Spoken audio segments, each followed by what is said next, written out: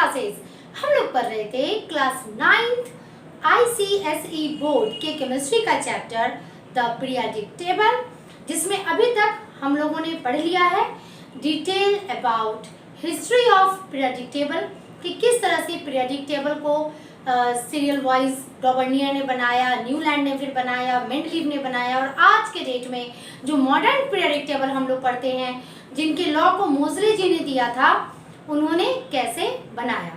Clear? और क्या क्या होता है हमारे मॉडर्न पीरियोडिक टेबल में।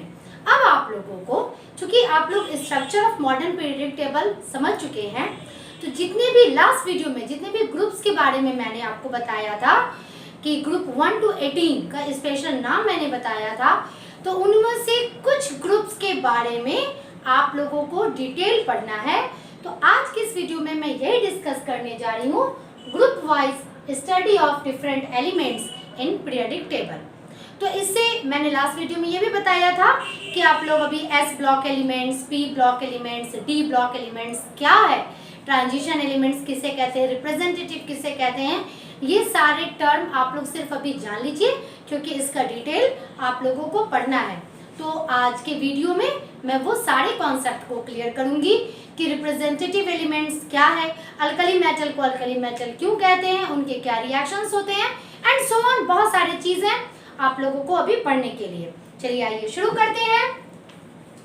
तो ग्रुप वाइज स्टडी, तो 3 क्राइटेरिया में हम लोगों ने बांटा है अपने पीरियोडिक टेबल के एलिमेंट्स को, representative elements, transition elements and noble gases, और इन्हीं के बारे में हम लोगों को पढ़ना है। चलिए शुरू करते हैं। नंबर 1, ग्रुप 1, 2 एंड 13 to 17, यानी ग्रुप 1, 2, 13, 14, 15, 16 एंड 17, इसमें जितने भी एलिमेंट्स आते हैं चाहे वो मेटल्स हो या वो नॉन मेटल्स हो, उन्हें एक साथ हम लोग क्या कहते हैं, रिप्रेजेंटेटिव एलिमेंट्स। इन्हें रिप्रेजेंटेटिव एलिमेंट्स इसलिए कहते हैं क्योंकि ये रिप्रेजेंट करते हैं all types of elements. All types of elements it means group 1, 2 and 13 to 17 में जितने भी एलिमेंट्स आते हैं वो सारे तरह के एलिमेंट्स को रिप्रेजेंट करते हैं। जैसे उसमें सॉलिड, लिक्विड, गैस, ये तीनों रहता है, metals, non metals, metalloids, ये सारे तरह के एलिमेंट्स इन ग्रुप के एलिमेंट्स में मौजूद होते हैं। यानी ये रिप्रेजेंट करते हैं vast variety of elements, that's why it is known as representative elements. और इन सारे ग्रुप में वो सारे एलिमेंट्स आते हैं जो कि बहुत ज़्यादा कॉमन है, जिनके बारे में हम लोगों को ज़्यादा पढ़ना है। ठीक है, तो इसलिए इन्हें हम लोग कहते हैं रिप्रेजेंटेटिव एलिमेंट्स। तो इसे भी हम लोग 2 भाग में डिवाइड कर दिए। ग्रुप 1 एंड 2 ये एक कैटेगरी में आ जाता है, ग्रुप 13 to 17 ये दूसरी कैटेगरी में आ जाता है। ठीक है, तो ग्रुप 1 एंड 2 को हम लोग कहते हैं एस ब्लॉक एलिमेंट्स। अब एस ब्लॉक एलिमेंट्स का मतलब क्या है, हम लोगों ने अपने पीरियोडिक टेबल को एटॉमिक नंबर के आधार पर क्या किया था, अरेंज किया था। ठीक है, और जब एटॉमिक नंबर की बात आती है और जब इलेक्ट्रॉनिक कॉन्फ़िगरेशन की बात आती है, तो इलेक्ट्रॉनिक कॉन्फ़िगरेशन में हमारा वैल्यूएबल जो इलेक्ट्रॉनिक कॉन्फ़िगरेशन रहता है वो क्या रहता है, वैलेंस शेल का इलेक्ट्रॉनिक कॉन्फ़िगरेशन, यानी आउटर मोस्ट एनर्जी लेवल का इलेक्ट्रॉनिक कॉन्फ़िगरेशन। तो एस ब्लॉक एलिमेंट्स को एस ब्लॉक एलिमेंट्स इसलिए कहते हैं क्योंकि इन सारे एलिमेंट्स का यदि इलेक्ट्रॉनिक कॉन्फ़िगरेशन लिखा जाए तो जो लास्ट यानी जो इसका वैलेंस इलेक्ट्रॉन है वो हमेशा और हमेशा एस ऑर्बिटल में ही आएगा। नंबर ऑफ शेल्स उसके जो भी हो जाए, यानी एनर्जी शेल इसका 1 हो, 2 हो, 3, 4, 5, 6 कुछ भी हो जाए, बट लास्ट जो इलेक्ट्रॉन है वो एस ऑर्बिटल में ही आएगा। क्लियर? जैसे मैं कुछ एग्जांपल्स मैंने यहाँ पर लिया है, ये ग्रुप 1 के एलिमेंट्स हैं, लिथियम, सोडियम, पोटेशियम। ये ग्रुप 2 के एलिमेंट्स हैं, बेरिलियम, मैग्नीशियम एंड कैल्शियम। भाई लिथियम का कितना होता है एटॉमिक नंबर 3, 11 एंड 19। चलिए लिख भी देती हूँ मैं 3, 11 एंड 19। जब इसके इलेक्ट्रॉनिक कॉन्फ़िगरेशन को लिखा तो क्या पाया, देखिए इसका जो वैलेंस शेल का इलेक्ट्रॉनिक कॉन्फ़िगरेशन है s ऑर्बिटल में ही आ रहा है और ग्रुप 1 में जो वैलेंस इलेक्ट्रॉन है इसकी संख्या 1 है। क्लियर। सेकंड ग्रुप में हम लोग क्या देख रहे हैं, बेरिलियम। तो beryllium, magnesium and calcium. Beryllium का एटॉमिक नंबर होता है 4, मैग्नीशियम का 12 एंड कैल्शियम का 20। ठीक है। जब इसके इलेक्ट्रॉनिक कॉन्फ़िगरेशन को हम लोगों ने लिखा तो क्या पाया कि इसका भी जो लास्ट यानी जो वैलेंस इलेक्ट्रॉन है वो किस ऑर्बिटल में आ रहा है, वो आ रहा है s ऑर्बिटल में। इसका नंबर ऑफ शेल कुछ भी हो। हाँ, ये अलग बात है कि ग्रुप 2 में जो इसके वैलेंस इलेक्ट्रॉन की संख्या है वो 2 है, ग्रुप 1 में इसके वैलेंस इलेक्ट्रॉन की संख्या 1 है, लेकिन वो लास्ट इलेक्ट्रॉन किस ऑर्बिटल में आ रहा है, s ऑर्बिटल में आ रहा है, इसलिए इसे हम लोग कहते हैं s block elements. Is that clear. और भाई इस तरह के एलिमेंट्स की अपनी कुछ प्रॉपर्टी होती है जो जस्ट अभी हम लोग पढ़ेंगे। तो इसका एक जनरल इलेक्ट्रॉनिक कॉन्फ़िगरेशन यानी जो लास्ट है, या किसी किसी बुक में लिखा जाता है NS1 to 2, यहाँ 1 - 2 नहीं है, 1 to 2। N is for K L M N N, ये अब आप लोग समझते होंगे, यानी 1 2 3 4 5 कुछ भी हो सकता है। और S ऑर्बिटल है हमारा, इसमें अब चूंकि S की कैपेसिटी सिर्फ 2 इलेक्ट्रॉन को रखने की है, तो या तो इसमें 1 इलेक्ट्रॉन रख सकते हैं या 2 इलेक्ट्रॉन रख सकते हैं, यानी NS1 to 2 यानी 1 या 2 इलेक्ट्रॉन इसमें रख सकते हैं। ये माइनस साइन नहीं है, इसे हम लोग कहते हैं s ब्लॉक एलिमेंट्स। अब आप लोगों का ये क्लियर हो गया कि इसे रिप्रेजेंटेटिव एलिमेंट्स क्यों कहते हैं और इसे s ब्लॉक एलिमेंट्स क्यों कहते हैं। दूसरा जो कैटेगरी है रिप्रेजेंटेटिव एलिमेंट्स में, वो है ग्रुप 13 to 17, इसे p ब्लॉक एलिमेंट्स कहते हैं। अब भाई अब आप लोगों को आसानी से समझ में आ जाएगा p ब्लॉक एलिमेंट्स क्यों कहते हैं, क्योंकि इसमें जो वैलेंस इलेक्ट्रॉन जाता है वो p ऑर्बिटल में जाता है, और p ऑर्बिटल की कितनी कैपेसिटी होती है इलेक्ट्रॉन रखने के लिए, 1 to 6, यानी 1 या 2 या 3 या 4 या 5 या 6, वो 1 से 6 इलेक्ट्रॉन तक रख सकता है अपने में। तो लास्ट वाला जो भी इलेक्ट्रॉन आएगा वो p ऑर्बिटल में ही आएगा, and that's why it is known as p block elements. मैंने यहाँ कुछ ही एग्जांपल लिया है, जैसे बोरॉन का इलेक्ट्रॉनिक कॉन्फ़िगरेशन लिखा तो देखिए इसका इलेक्ट्रॉनिक कॉन्फ़िगरेशन क्या आया, यानी लास्ट इलेक्ट्रॉन इसका किस ऑर्बिटल में आया, p ऑर्बिटल में आया। एल्युमिनियम का जब हम लोग लिखेंगे तो इसका लास्ट इलेक्ट्रॉन किस में आएगा, p ऑर्बिटल में आएगा। कार्बन का जब हम लोगों ने लिखा लास्ट इलेक्ट्रॉन किस में आया, p ऑर्बिटल में आया। हाँ, ये अलग बात है कि इसमें 1 इलेक्ट्रॉन है, इसमें 2 इलेक्ट्रॉन है। ऑक्सीजन की जब बात करती हूँ तो लास्ट इलेक्ट्रॉन किस में आया, वो p ऑर्बिटल में आया, एंड इट इज 4। तो 1 2 3 4 5 6 कितना भी हो सकता है, यानी इसका जनरल अगर इलेक्ट्रॉनिक कॉन्फ़िगरेशन लिखा जाए तो NP 1 to 6, ये 1 - 6 नहीं है, यानी कि NKLMN 1 2 3 4 5 6। अब 1 तो नहीं हो सकता p में, 2 3 4 5 6 ये हो सकता है। और p का जो वैल्यू है p, यानी p में कितने इलेक्ट्रॉन रख सकते हैं, 1 से लेकर 6 तक कोई भी रख सकते हैं, और ऐसे एलिमेंट्स को हम लोग कहते हैं p ब्लॉक एलिमेंट्स। अब हम लोग पढ़ेंगे about properties of group 1 elements. कुछ प्रॉपर्टीज आप लोगों को पढ़ना है, ठीक है। तो हम लोग चलिए शुरू करते हैं। जो ग्रुप 1 के एलिमेंट्स हैं, रिप्रेजेंटेटिव एलिमेंट्स भी हैं, s ब्लॉक एलिमेंट्स भी हैं, साथ में ये जितने भी एलिमेंट्स होंगे इसमें मौजूद वो सारे के सारे मेटल्स होंगे, और उन्हें एक साथ मिलाकर हम लोग कहते हैं अल्कली मेटल्स। अब अल्कली मेटल्स क्यों कहते हैं, क्योंकि उसमें जितने भी एलिमेंट्स हैं वो सारे के सारे मेटल्स हैं। क्लियर।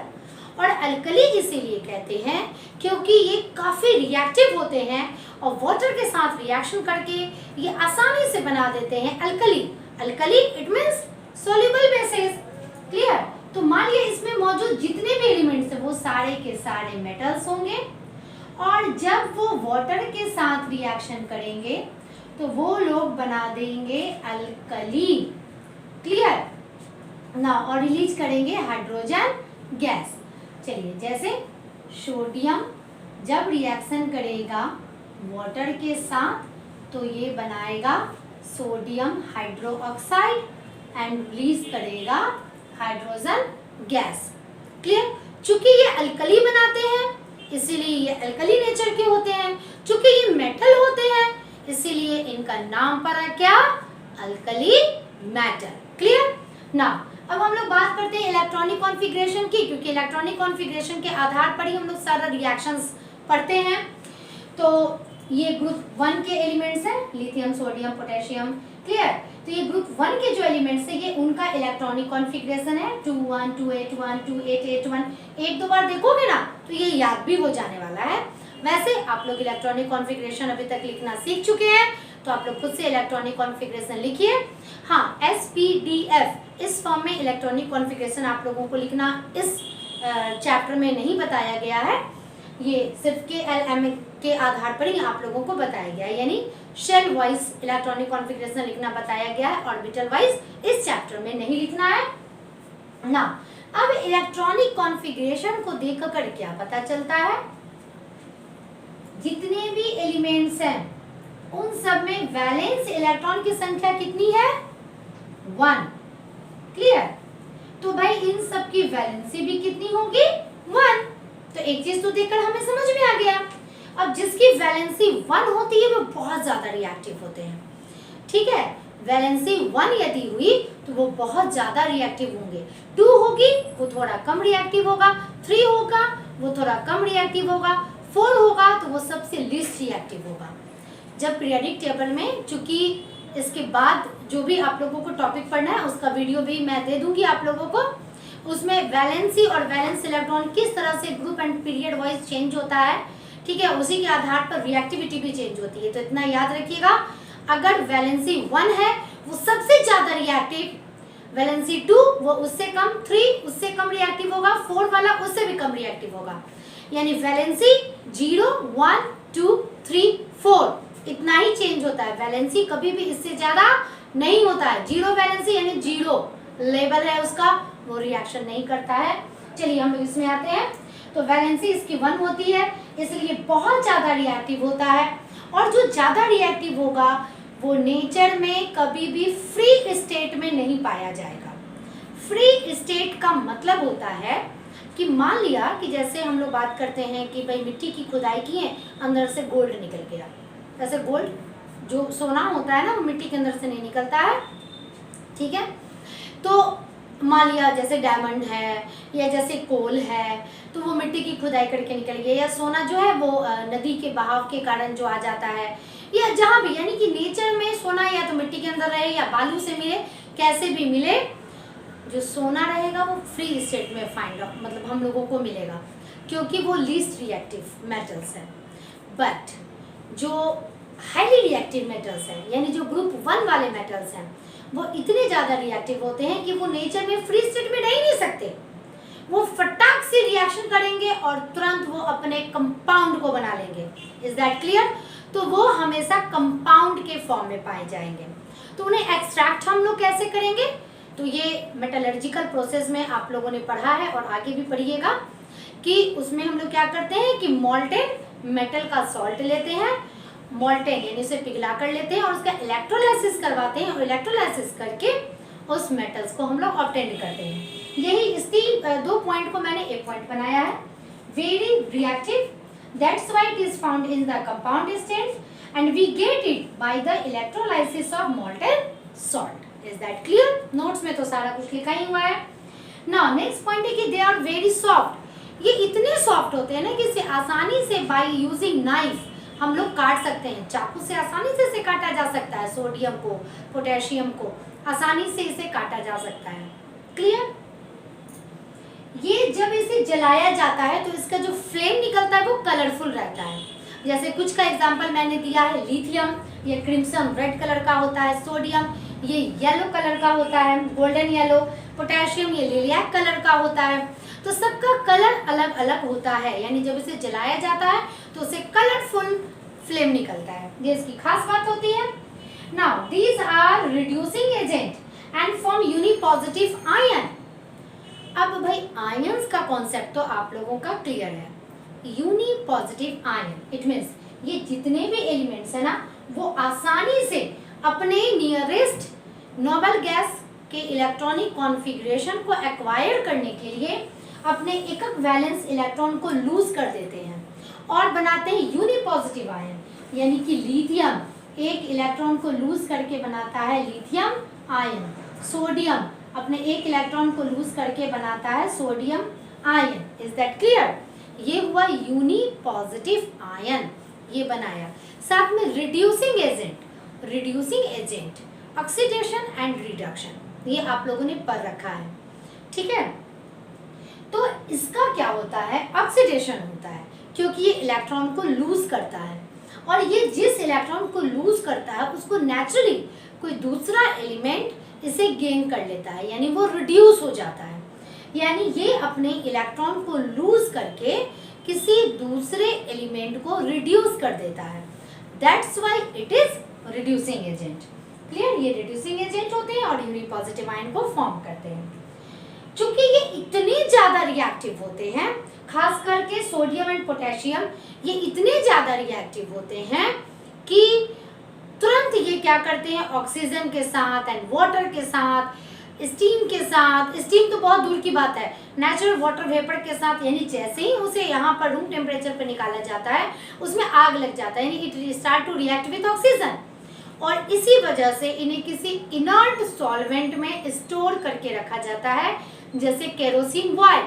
और जब आप लेबोरेटरी में जाते होंगे तो वहां देखते होंगे कि सोडियम एंड पोटेशियम को केरोसिन ऑयल के अंदर प्रिजर्व करके रखा गया है, क्योंकि उसे जैसे ही बाहर निकाला जाता है उसके ऊपर से जैसे ही केरोसिन ऑयल का लेयर निकलता है उसमें रिएक्शन शुरू हो जाता है और आग लग जाती है।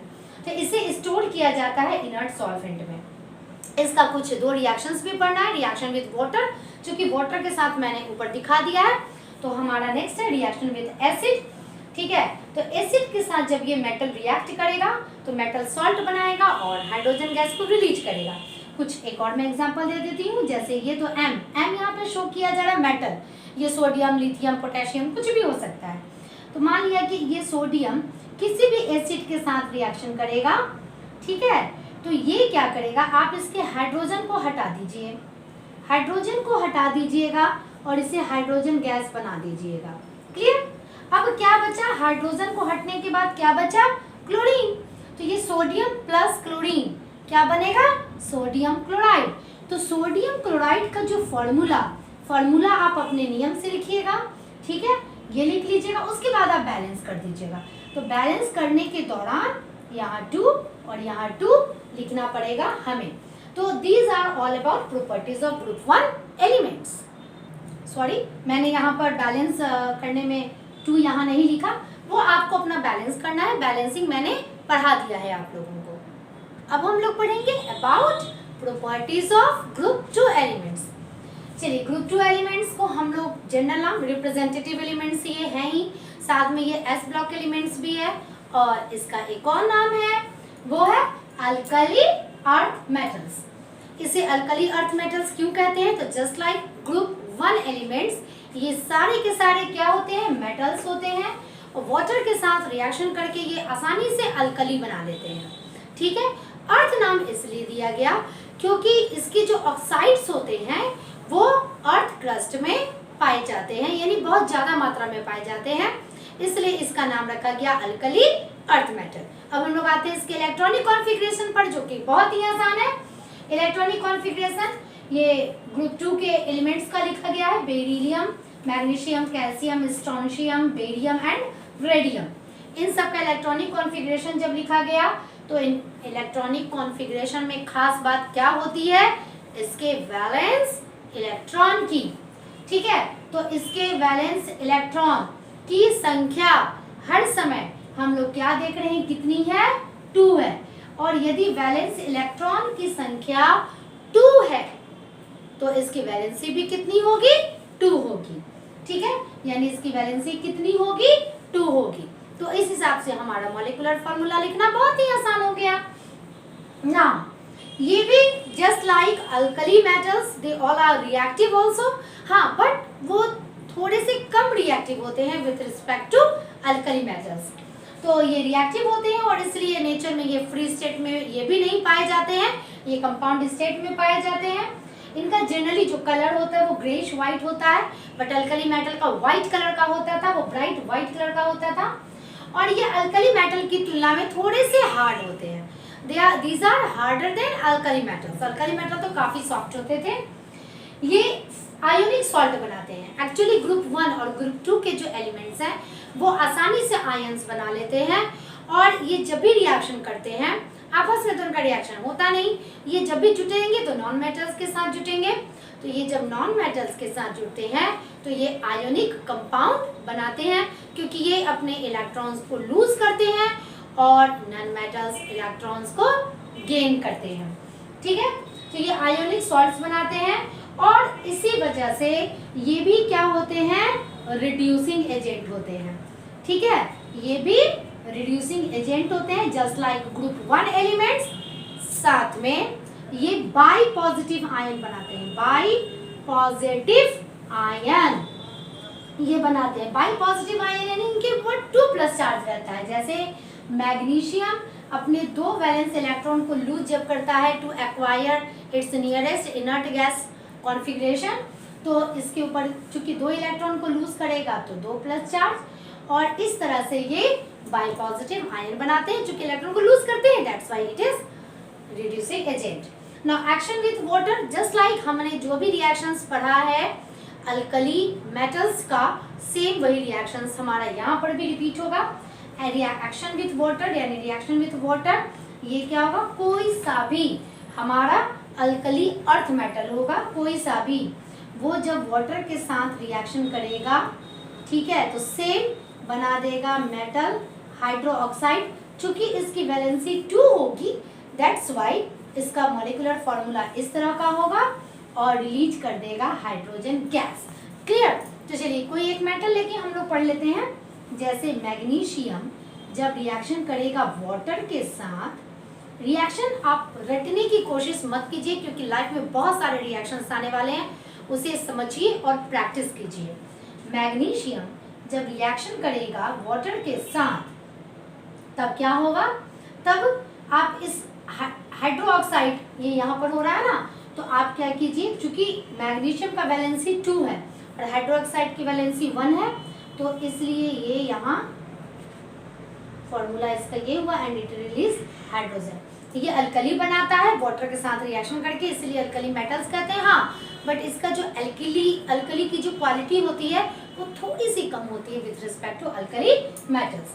चलिए रिएक्शन विद एसिड, सेम वही रिएक्शन हमारा आ रहा है। ठीक है, मेटल जब रिएक्शन करता है किसी भी एसिड के साथ तो बनाता है मेटल सॉल्ट और रिलीज करता है हाइड्रोजन गैस। ठीक है, जैसे मैग्नीशियम यदि रिएक्ट करेगा, ठीक है, इसमें हम लोग क्या करेंगे, हाइड्रोजन गैस जब चूंकि निकल रहा है तो आप हाइड्रोजन को कवर अप कर लीजिए। क्या बचा आपका, क्लोरीन। तो मेटल और क्लोरीन क्या बना, मेटल क्लोराइड, यानी मैग्नीशियम और क्लोरीन क्या बना, मैग्नीशियम क्लोराइड।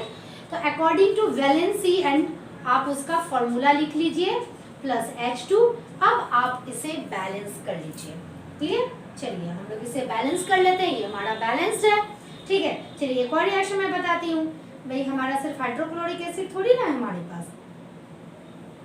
पास सल्फ्यूरिक एसिड भी तो है। हाइड्रोजन को आप हटा दीजिए तो सल्फेट और मैग्नीशियम आपस में जुट के क्या बनाएगा, मैग्नीशियम सल्फेट। अब भाई दोनों की वैलेंसी 2 है, तो ये मैग्नीशियम सल्फेट बन गया और हाइड्रोजन गैस रिलीज हो गया। यहाँ हमें बैलेंस करने की जरूरत नहीं पड़ी। Is that clear?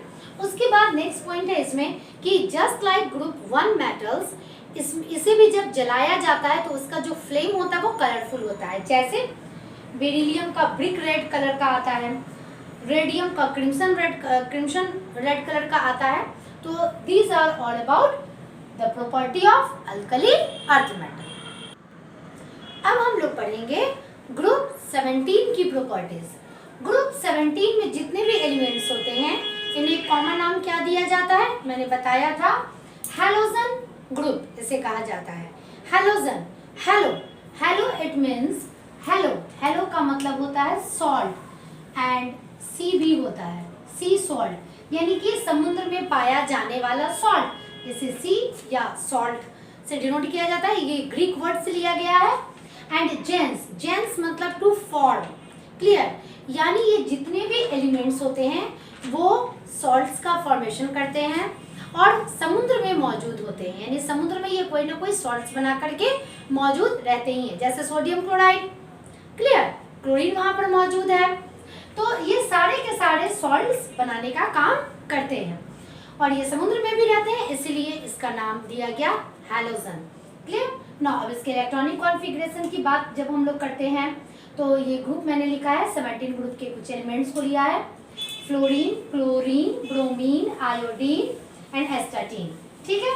तो fluorine, chlorine, bromine, iodine, astatine, इनके इलेक्ट्रॉनिक कॉन्फ़िगरेशन को जब लिखा गया तो क्या खास बात आई, इसके वैलेंस इलेक्ट्रॉन की संख्या क्या है, 7। ग्रुप 17, 7 वैलेंस इलेक्ट्रॉन की इसकी संख्या है। अब भाई इस वैलेंस इलेक्ट्रॉन की संख्या है 7, तो इसकी वैलेंसी कितनी होगी, इसकी वैलेंसी होगी 8 - 7 = 1। ये तो आप लोग जानते हैं वैलेंसी निकालना, ठीक है।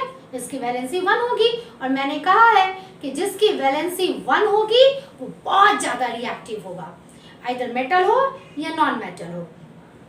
तो चूंकि इसकी वैलेंसी 1 है और ये सारे के सारे नॉन मेटल्स होते हैं, यानी इनमें नॉन मेटल वाली सारी प्रॉपर्टी आती है, तो ये मोस्ट रिएक्टिव नॉन मेटल्स होते हैं। Is that clear? Most reactive metals यदि मैं कहूं तो आप ग्रुप 1 के एलिमेंट की बात कीजिएगा, और यदि मैं मोस्ट रिएक्टिव नॉन मेटल्स की बात कहूं, यानी कि मैं किसके बारे में बोल रही हूं, ग्रुप 17 के एलिमेंट्स की बात कर रही हूँ। और इसकी reactivity down the group decrease करती है, या मैंने लिखा है डाउन द ग्रुप ये डिक्रीज करती है, क्लियर।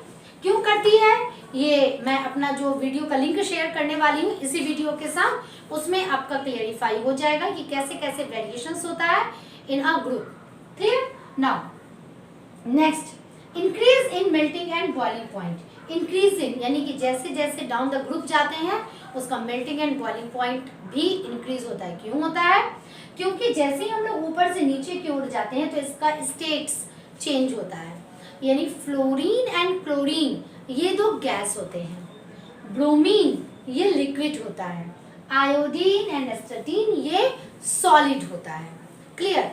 तो भाई नेचुरली जो गैस है इसका बॉइलिंग पॉइंट, मेल्टिंग पॉइंट तो एकदम लो ही होगा, और जैसे जैसे वो सॉलिड के फॉर्म में आएगा इसका melting and boiling point increase करेगा।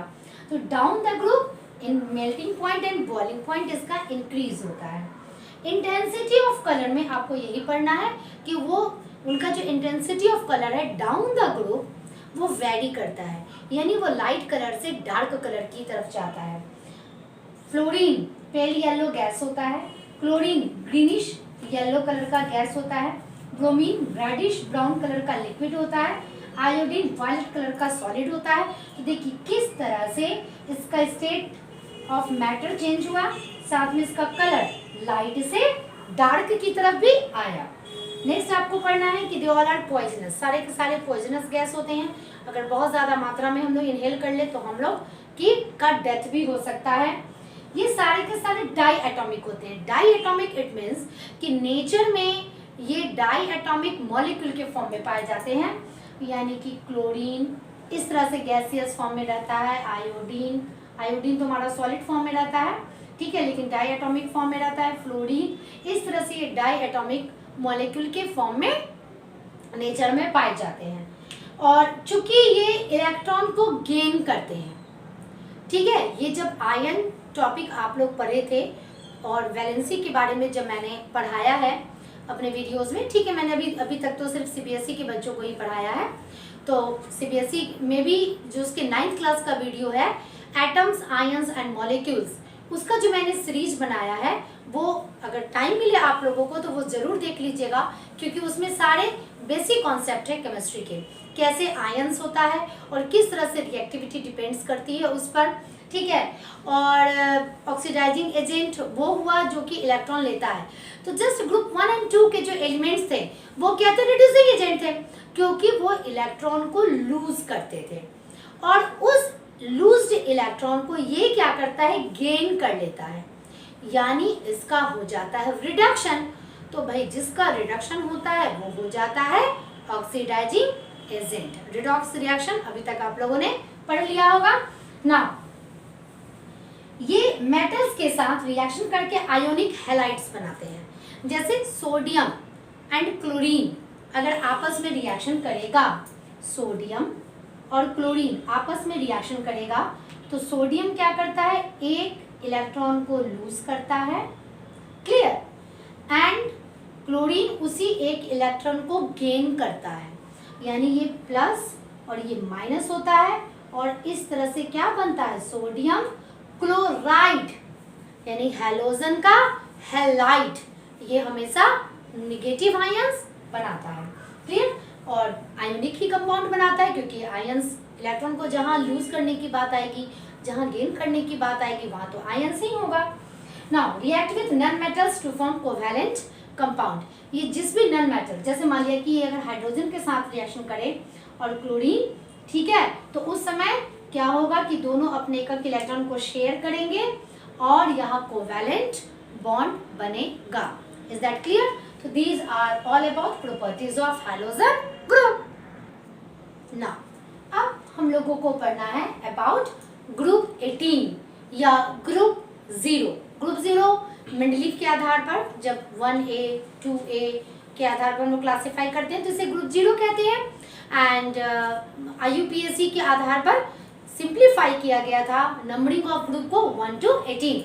तो ग्रुप 0 या ग्रुप 18 का जो भी दोनों सही है कि जितना भी एलिमेंट्स है उन सभी को टुगेदर हम लोग कहते हैं नोबल गैसेस। क्यों कहते हैं? क्योंकि सारे के सारे गैसेस होते हैं और सारे के सारे नोबल पर्सन होते हैं। नोबल पर्सन इट मींस जो किसी से लड़ाई झगड़ा ना करे, शांति से रहे। तो अब भाई केमिस्ट्री है तो यहाँ लड़ाई झगड़ा क्या होगा, यहाँ लड़ाई झगड़ा होता है उसकी रिएक्टिविटी, इसके साथ रिएक्शन करना है, ये कंपाउंड बनाना है। ये जो टेंशन्स होते हैं एलिमेंट्स के साथ वो सारे के सारे टेंशन इन सारे नोबल गैसेस के पास नहीं है, यानी they are non reactive gases. तो चलिए इसे फाइंड आउट करने वाले विलियम रामसे थे जिन्हें नोबेल प्राइज भी मिला था इसकी डिस्कवरी के लिए।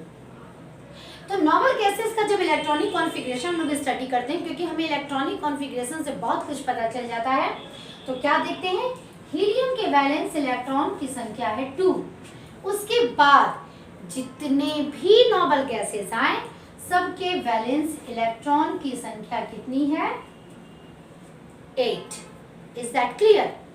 अब चूंकि वैलेंस इलेक्ट्रॉन की संख्या 8 है, यानी according to octet rule valence electron की संख्या कितनी होनी चाहिए, 8 होनी चाहिए।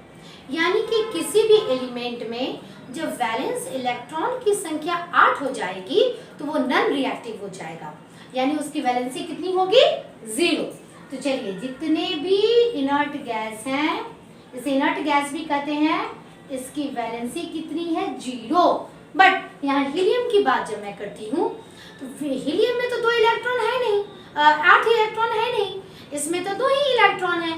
तो फिर इसकी वैलेंसी 0 कैसे हुई? आप लोग पहले भी पढ़ चुके होंगे कि कंप्लीटली आइदर ऑक्टेट रूल के हिसाब से वैलेंस इलेक्ट्रॉन की संख्या 8 होनी चाहिए, नहीं तो वो कंप्लीटली फिल्ड होना चाहिए, तब वो स्टेबल एलिमेंट कहलाता है। चूंकि हीलियम के पास सिर्फ 2 ही इलेक्ट्रॉन है और के शेल की कैपेसिटी कितनी है, 2 इलेक्ट्रॉन रखने की है, तो इसमें कंप्लीटली फिल्ड इलेक्ट्रॉन मौजूद है इसके वैलेंस शेल में, इसलिए इसकी भी वैलेंसी हो गई 0, क्योंकि फुली सेटिस्फाइड है, इससे रिएक्शन करने की जरूरत नहीं है। क्लियर हुआ ना? तो valency 0 and that's why they are unreactive. ये रिएक्शन कभी भी नहीं करते हैं, that's why it is known as noble gas. Now ये कलरलेस होते हैं, टेस्टलेस होते हैं, आउटरलेस होते हैं, इट मींस इनमें कोई भी प्रॉपर्टी नहीं होती है। नाउ ना ही ये जलते हैं ना ही ये सपोर्ट करते हैं कंबशन का, यानी कि these are neither inflammable not support combustion and ये मोनो एटॉमिक होते हैं। चूंकि ये काफी सेटिस्फाइड होते हैं, इनकी वैलेंसी 0 होती है, तो नेचुरली ये मॉलिक्यूल तो बनाएंगे ही नहीं, तो नेचर में मोनो एटॉमिक फॉर्म है, यानी इस तरह से अगर हीलियम है तो एक एटम के फॉर्म में रहेगा, नियॉन है तो एक अकेले एटम के फॉर्म में इस नेचर में, मौजूद रहेगा और ये लेस सॉल्युबल होते हैं वाटर में, बट डाउन द ग्रुप इनकी सॉल्युबिलिटी इंक्रीज करती है। यानी हीलियम से ज्यादा सॉल्युबल नियॉन, नियॉन से ज्यादा सॉल्युबल आर्गन, आर्गन से ज्यादा सॉल्युबल क्रिप्टन। ठीक है ना, जब इसे हम लोग इलेक्ट्रिकल डिस्चार्ज इससे पास करवाते हैं, यानी कि जस्ट लाइक ट्यूबलाइट, आप एक ट्यूबलाइट की तरफ ध्यान दीजिए, या आप मार्केट जाते हो तो ब्राइट कलर्ड एडवर्टीजमेंट बोर्ड आपको नजर आता होगा। ठीक है, उसमें नोबल गैसेस ही भरे जाते हैं और उसमें भरा जाता है neon gas. It is very important, और ये आपके क्वेश्चन में भी है कि नियॉन गैस का क्या यूज है। तो जो भी नोबल गैसेस होते हैं, यदि उसे डिस्चार्ज ट्यूब में डाला जाता है और उसे इलेक्ट्रिसिटी पास करवाई जाती है तो वो ब्राइट कलर इमिट करते हैं। ठीक है, और ये इनकी क्वालिटी होती है जिसकी वजह से ये एडवर्टीजमेंट बोर्ड में या ट्यूब लाइट्स वगैरह में इनका इस्तेमाल किया जाता है। साथ में हीलियम जो है वो लाइटेस्ट नोबल गैस है, यानी रिएक्शन भी नहीं करता, लाइट भी होता है, इसीलिए बैलून में इनका इस्तेमाल किया जाता है, एयरशिप्स में इनका इस्तेमाल किया जाता है। तो इस तरह से इनका यूजेस भी आप लोगों को पढ़ना है। बेसिकली 3 का यूज ज्यादा इंपॉर्टेंट है। हीलियम चूंकि लाइट होता है, ठीक है, इसलिए एयरशिप्स एंड बैलून्स में उसका इस्तेमाल हम लोग करते हैं। नियॉन का advertisement board due to its bright colour, जब उसे इलेक्ट्रिसिटी कनेक्ट करवाई जाती है तो ब्राइट कलर ये इम्पार्ट करता है। और आर्गन का इस्तेमाल हम लोग लाइट बल्ब्स में करते हैं, यानी बल्ब्स को फिल करने में करते हैं। And these are all about noble gases properties. अब हम लोगों को पढ़ना है प्रॉपर्टी। अब बहुत ही कम मात्रा में इसे पढ़ना है आप लोगों को ट्रांजिशन एलिमेंट्स के बारे में, क्योंकि ट्रांजिशन एलिमेंट्स के बारे में आप लोगों को हायर क्लासेस में ज्यादा पढ़ना है। तो नेक्स्ट टॉपिक हम लोगों का है about few properties of transition elements. Transition elements यानी ग्रुप 3 to 12 वाले जो एलिमेंट्स आते हैं उसे ट्रांजिशन एलिमेंट्स कहते हैं, और इसे हम लोग डी ब्लॉक एलिमेंट्स भी कहते हैं। तो भाई S block elements, P block elements, ये तो हम लोगों का क्लियर हो गया। बिल्कुल उसी तरह से डी ब्लॉक एलिमेंट्स आते हैं, यानी जिनका वैलेंस इलेक्ट्रॉन कहाँ जाए, डी शब्द सेल में जाए, यानी डी ऑर्बिटल में जाए। अब डी ऑर्बिटल की कैपेसिटी कितनी होती है, डी ऑर्बिटल की कैपेसिटी होती है कितनी, 10 इलेक्ट्रॉन्स को रखने की इसकी कैपेसिटी होती है, ये तो आप लोग जानते हैं। यानी कि डी में कितना इलेक्ट्रॉन रहना चाहिए, 1 to 10। अगर एक इलेक्ट्रॉन भी चला गया डी ऑर्बिटल में, वो हो गया डी ब्लॉक एलिमेंट। ऐसा नहीं कि मिडिल वाला कोई इलेक्ट्रॉन जाए, हमेशा वैलेंस इलेक्ट्रॉन जाना चाहिए डी ब्लॉक एलिमेंट्स में, सॉरी डी ऑर्बिटल्स में, उसे कहेंगे हम लोग डी ब्लॉक एलिमेंट्स। बट यहाँ बात की जा रही है ट्रांजिशन एलिमेंट्स। ट्रांजिशन एलिमेंट्स यानी कि वैसे एलिमेंट्स जिसमें डी सबशेल कंप्लीटली फिल्ड ना हो, इनकम्प्लीटली फिल्ड हो। जैसे यहाँ मैंने कुछ एग्जांपल्स लिखा है, scandium, iron and zinc. Scandium का देखिए यहाँ डी ब्लॉक जो है, ठीक है, एक्चुअली ये होता क्या है, यहाँ मैंने 4s2 लिखा है, मैं जस्ट इसे इरेज कर रही हूँ ताकि आप लोग कंफ्यूज ना हो, क्योंकि आपको क्या लगेगा कि भाई 3 तो पहले आया, 4 बाद में आया, ये क्यों नहीं वैलेंस इलेक्ट्रॉन है। एक्चुअली जब आप हायर क्लासेस में जाओगे और एनर्जी के बारे में पढ़ोगे, ठीक है, तो सबसे कम एनर्जी किसके पास, के शेल के पास, उसके बाद एल के पास, उससे ज्यादा एम एंड उससे ज्यादा एन। यानी जैसे जैसे हम लोग अपने न्यूक्लियस से दूर होते जाते हैं वैसे वैसे शेल्स के पास एनर्जी ज्यादा होती जाती है। ठीक है, मैंने एक अपना वीडियो भी बनाया था जिसमें मैंने अवबॉब प्रिंसिपल बताया है। ठीक है, अवबॉब प्रिंसिपल में 1s 2s ये आप लोग पढ़ चुका है आप लोगों ने। ठीक है, 3s 3p and 3d and so on. तो भाई पहला इलेक्ट्रॉन फील किस में करेंगे, 1s में, देन 2s में, फिर 2p में, फिर 3s में, फिर 3p में एंड देन 3d में। ठीक है, अब हम लोग यहाँ लिख देंगे 4s 4p 4d। तो मैं सिर्फ ये बताना चाह रही हूँ, देखिए 3p के बाद 3d लिखना चाहिए था, बट हमने लिखा 4s। यदि इलेक्ट्रॉनिक कॉन्फ़िगरेशन जो कि आप लोगों का पढ़ा हुआ है 2s 2p 3s 3p 3d आना चाहिए था ना, ये आ गया 4s।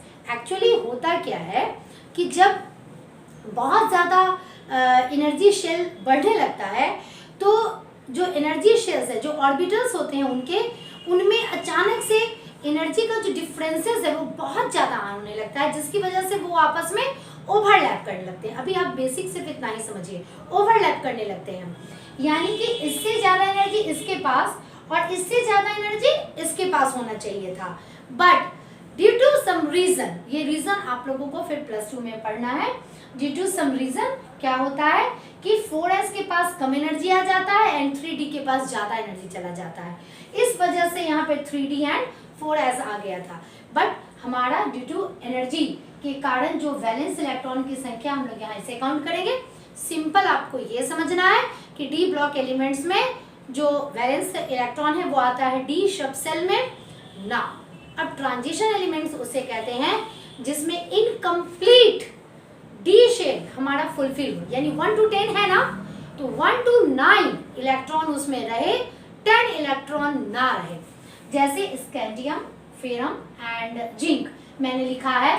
तो ये तो चलिए ट्रांजिशन एलिमेंट है, ये चलिए ट्रांजिशन एलिमेंट है, डी की कैपेसिटी 10 है, जिंक के डी सबसेल में हमारा 10 इलेक्ट्रॉन है।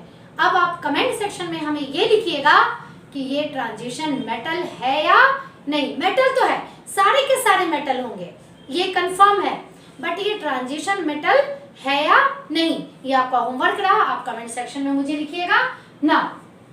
अब जनरल प्रॉपर्टीज हम लोग पढ़ लें।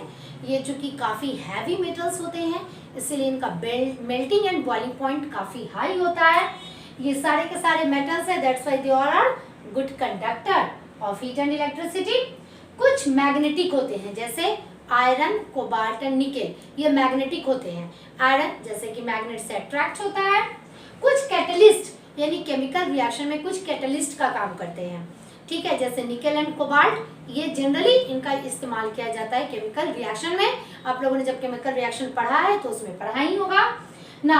वेरिएबल वैलेंसी, कुछ की वैलेंसी, ऐसे तो वैलेंसी फिक्स होनी चाहिए, बट ड्यू टू मैंने क्या कहा कि ओवरलैपिंग ऑफ ऑर्बिटल्स होना शुरू हो जाता है, एनर्जी की गड़बड़ी होनी शुरू हो जाती है, ठीक है, जिसकी वजह से इनका वेरिएबल वैलेंसी हो जाता है।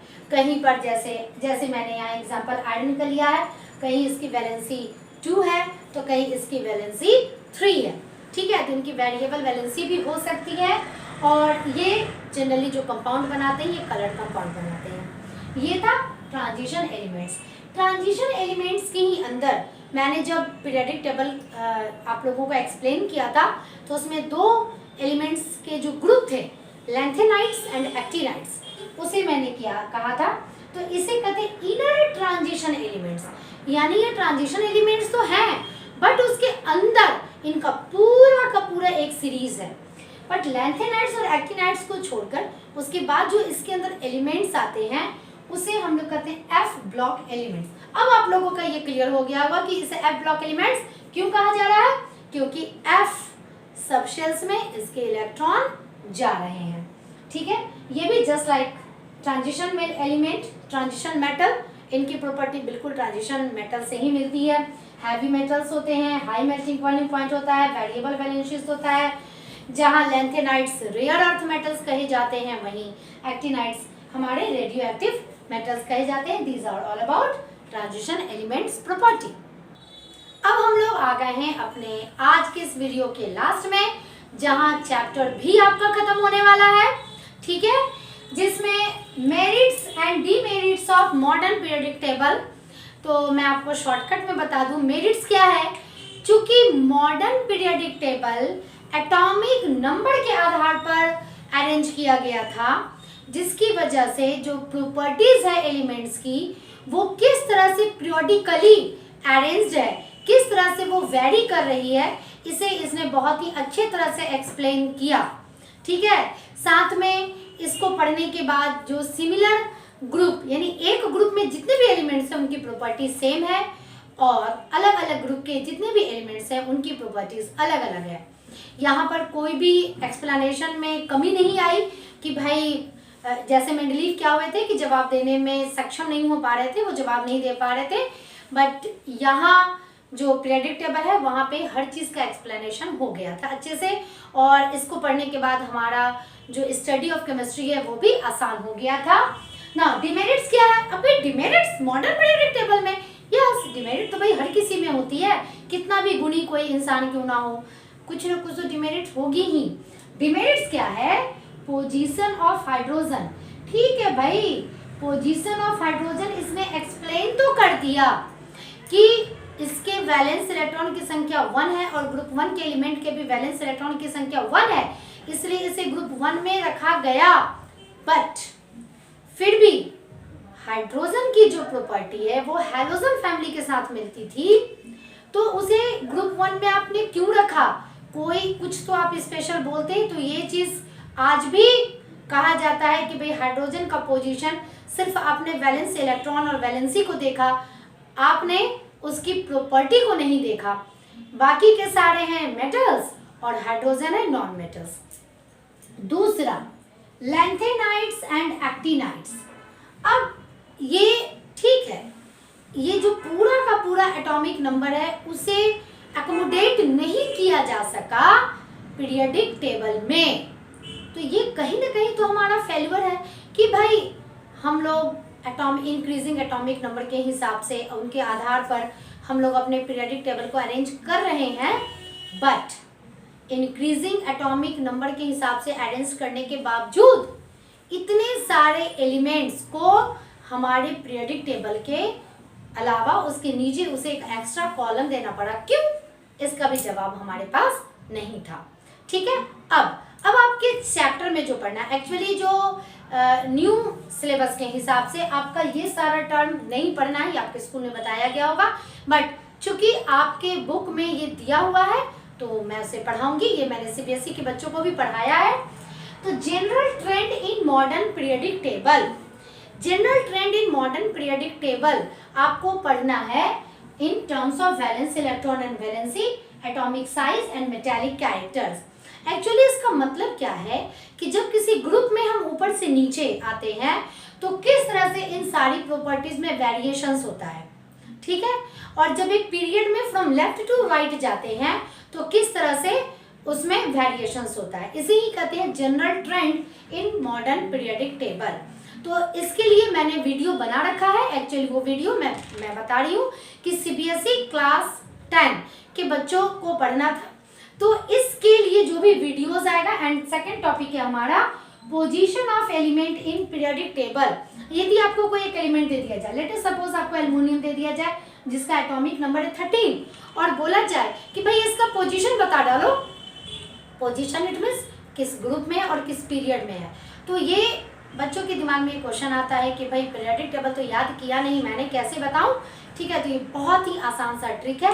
तो इन दोनों टॉपिक के लिए जो मैंने वीडियो बनाए हैं उसका लिंक मैं अपने डिस्क्रिप्शन बॉक्स में डाल दूंगी, आप उसे देख लीजिएगा।